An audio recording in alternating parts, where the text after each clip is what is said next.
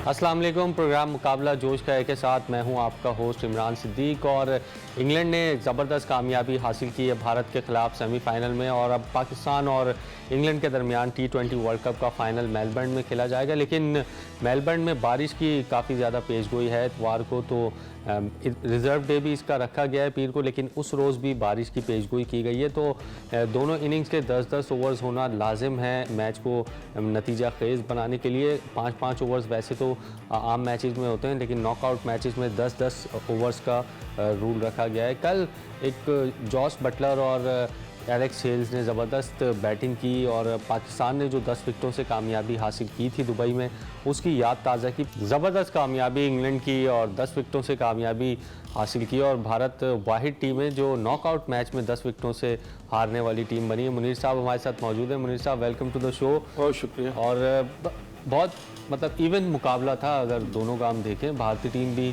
कम नहीं थी, अच्छे बैट्समैन थे उनके पास, अच्छे स्पिनर्स भी थे, बॉलर्स भी कुछ अच्छे थे, लेकिन आउट क्लास किया इंग्लैंड ने। और मुझे तो बहुत सारे लोग भारत की जीत की खुशी तो मना रहे हैं, लेकिन एक तरफ मुझे ये तशवीश है कि जिसने भारत को हराया वो काफ़ी स्ट्रॉन्ग टीम है। देखिए, भारत ने स्कोर तो अच्छा कर दिया था, 169 का टारगेट इतना कम नहीं होता, लेकिन जवाब में जिस तरह से बैटिंग की है एलेक्स हेल्स और कप्तान जॉस बटलर ने, ऐसी बैटिंग तो हमने कभी देखी नहीं T20 में कि 170 रन आपने सिर्फ 16 ओवर में बना लिए, और जिस गेंद पर आपकी मर्जी आ रही चौका लगा रहे हैं, जिस गेंद पर मर्जी आ रही छक्का लगा रहे हैं, इतना फियरलेस खेले हैं। मतलब ऐसा कभी देखने में नहीं आया, खासकर नॉकआउट स्टेज पर तो ऐसा कभी भी देखने में नहीं आया। तो कल कई रिकॉर्ड भी बना दिए। 170 रन की जो पहली विकेट की शराकत है, नॉकआउट पर सबसे बड़ी शराकत है।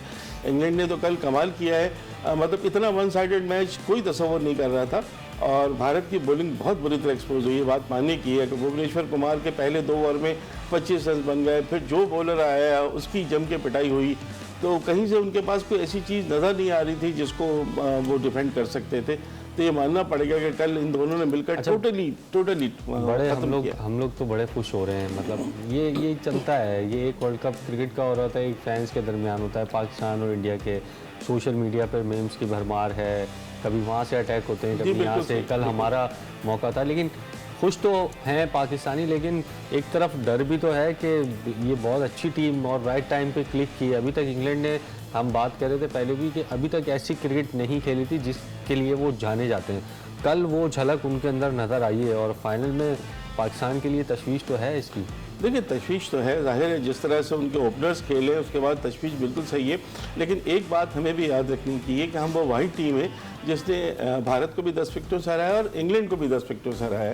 ज़्यादा पुरानी बात नहीं है, अभी 2 महीने नहीं हुए कराची के नेशनल स्टेडियम में बाबर आजम ने सेंचुरी बनाई थी, रिजवान ने 88 रन बनाए थे, 203 रन बनाए थे पाकिस्तान अगेंस्ट इंग्लैंड, और जो 7 मैच की सीरीज़ खेलने आए थे 10 विकेटों से हमने फतह हासिल की थी। अपसेट्स भी हुए हैं, आयरलैंड ने भी वर्ल्ड कप में इंग्लैंड को हराया है, पाकिस्तान भी जिम्बाब्वे से हार गई, नीदरलैंड ने साउथ अफ्रीका को हरा दिया। तो ये चीज़ें भी हमें मद्देनज़र रखनी होंगी, और स्ट्रेटेजी की बड़ी अहमियत होती है। देखिए, अगर आपने इनके दोनों ओपनर्स को जल्द आउट कर लिया ना, एलेक्स हेल्स को हम आउट कर सकते हैं, अगर आउट कर लिया तो फिर वो मोमेंटम टूट जाता है। फिर ज़रूरी नहीं होता है कि वही टीम जो 16 ओवर में 170 रन बनाती है, हो सकता है उसको 150 रन बनाने में मुश्किल हो जाए।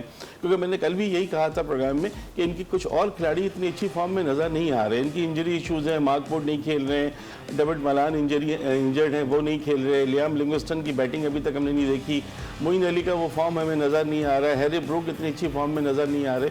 तो थोड़ा सा इशू इंग्लैंड का मिडिल ऑर्डर में चल के है, लेकिन मिडिल ऑर्डर की कल सारी बुराइयाँ इसलिए छुप गई हैं। कल तो दोनों ओपनर्स ने ही वो धुआंधार बैटिंग की है कि जिसका कोई तसव्वुर नहीं कर सकता था।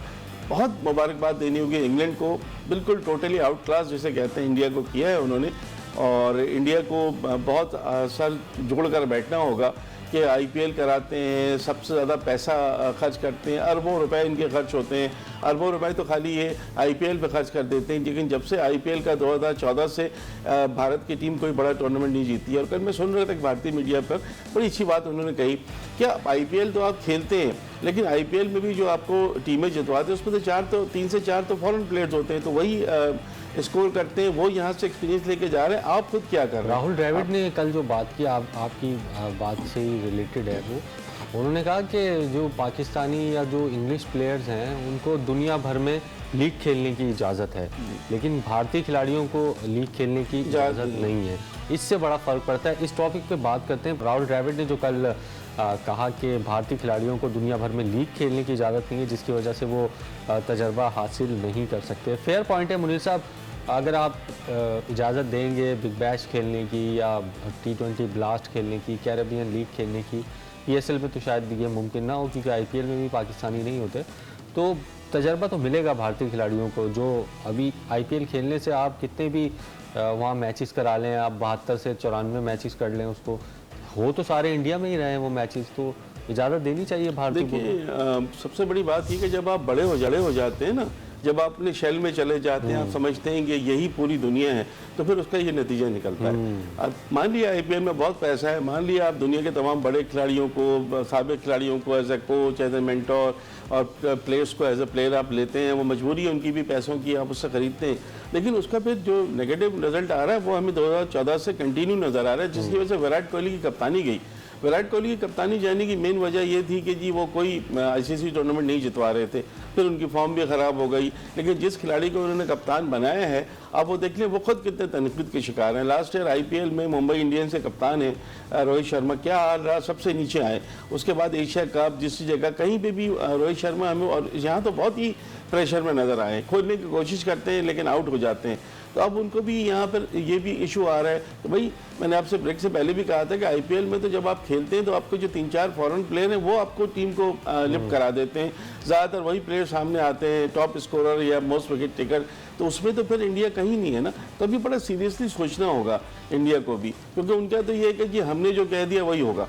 वो तो वहाँ तो माई शेप माई ऑर्डर वाली चीज़ चली है ना, ICC को भी उसी तरह से माई शेप माई ऑर्डर की तरह चलाने चाह रहे हैं। अब वो चीज़ एक वक्त ऐसा आएगा कि उनको खुद पता चल जाएगा कि जी हम कुएं की मेंढक की तरह अपने इर्द घूम रहे हैं, दुनिया कहाँ से कहाँ निकल चुकी है। बिल्कुल, IPL में पैसा लगाने से अगर ट्रॉफी जीती जाती तो भारतीय टीम के पास ही सबसे ज़्यादा। 2013 में उन्होंने लास्ट ICC टूर्नामेंट जीता था, जो कि MS धोनी की क़यादत में। उसके बाद 9 साल हो गए, लेकिन अभी तक कोई टाइटल जीता नहीं है भारत। पाकिस्तान पे खैर बात करते हैं फाइनल पे, जो कि पाकिस्तान और इंग्लैंड के दरमियान है। बारिश की 95% पेशगोई है, और अभी तक जो पेशगोइयाँ हुई हैं वर्ल्ड कप में काफ़ी ठीक साबित हुई हैं, और रिज़र्व डे पे भी कहा जा रहा है कि बारिश होगी। तो जॉइंट विनर्स आप देख रहे हैं, या फिर लगता है कि कहीं ना कहीं किसी न किसी तरीके से मैच हो सकता है? और बहुत सारे फैंस ये सवाल कर रहे हैं कि भाई वेन्यू क्यों नहीं चेंज हो सकता, टाइमिंग क्यों नहीं चेंज हो सकती, ये सब कुछ कंसिडरेशन में क्यों नहीं आ रहा? टाइमिंग तो मैं आपको बताऊं कि टाइमिंग चेंज हो सकती है।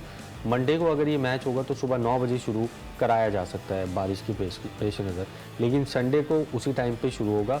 वेन्यू चेंज तो मेरे ख्याल नहीं हो सकता। नहीं, वेन्यू चेंज तो खैर नहीं होगा, लेकिन जब आप इतना बड़ा टूर्नामेंट रखते हैं तो आपको थोड़ा सा वेदर कंडीशन को भी देखना होता है।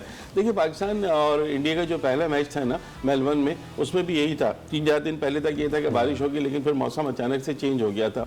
लेकिन यही मेलबर्न है कि जहाँ 2 से 3 मैचेस बारिश से मुतासिर हुए या फिर नहीं हुए। खासतौर से इंग्लैंड ऑस्ट्रेलिया का जो सबसे बड़ा मैच इस टूर्नामेंट का कहा जा रहा था, वो भी बारिश की वजह से मेलबर्न में नहीं हो सका था। तो अगर आप फाइनल में ऐसा होता है 95% दोनों दिन पेशगोई की जा रही है कि 95% रेन होगी, एक दिन 15 से 20 मिलीमीटर, एक दिन 5 से 10 मिलीमीटर बारिश है। तो अगर पहले दिन सिर्फ आधे घंटे का एक्स्ट्रा टाइम है जो अलॉटेड टाइम रखा गया है, दूसरे दिन 2 घंटे का रखा गया है, तो कहीं ना कहीं से कुछ ऐसा अगर मौका लग जाता है कि एटलीस्ट 10 ओवर्स का मैच हो जाए, वरना फिर शेयर ट्रॉफी अभी तो तीनों मुमकिन चीज़ें लग रही हैं। पहले दिन मैच हो जाए और दूसरे दिन हो जाए। अच्छा, एक चीज़ और इसमें कही जा रही है कि यार पहले दिन मैच होता है, 5 ओवर 6 ओवर हुए, तो दूसरे दिन फिर वहीं से मैच शुरू होगा, जहाँ पे जिस जगह पे मैच खत्म होगा उससे वहीं से दोबारा स्टार्ट होगा। इसका मतलब है कि कम और वक्त चाहिए होगा दूसरे दिन। तो इस तरह से स्कैटर्ड तरीके से भी हो सकता है, और हो सकता है कि बिल्कुल ना हो, ट्रॉफी भी शेयर हो जाए। आखिरी मतलब शायद ICC की ट्रॉफी वो इंडिया 2002-3 में, जी हाँ, श्रीलंका इंडिया ने शेयर की थी। जी हाँ, कीनिया में शायद अब पता नहीं श्रीलंका या कीनिया, मुझे एग्जैक्ट याद नहीं आ रहा। उसके बाद से शायद अभी तक कोई ट्रॉफी शेयर नहीं हुई। 2019 का सेमीफाइनल जरा मशकूक हो गया था कि ये नहीं होगा, लेकिन अगले दिन वो हो गया था इंडिया और न्यूजीलैंड के दरमियान। तो बिल्कुल हमारी भी यही उम्मीद है कि मुकम्मल हो जाए किसी तरह भी मैच, और 10 ओवर का भी मैच अगर होता है तो एक ट्रॉफी एक ही टीम के पास जानी चाहिए, ना कि 2 टीमों के पास जाए। कल जॉस बटलर और एलेक्स, इस तरह हमने बात की थी प्रोग्राम में, ज़बरदस्त उन्होंने बैटिंग की। बटलर और हेल्स दोनों ही अभी यहाँ सीरीज़ भी खेल के गए हैं। बटलर ने देखा भी है, खेला तो नहीं कोई मैच, पाकिस्तानी बॉलर्स को जानते भी हैं। एलेक्स हेल्स तो PSL भी खेले हुए हैं, तमाम ही बॉलर्स को खेले हुए हैं।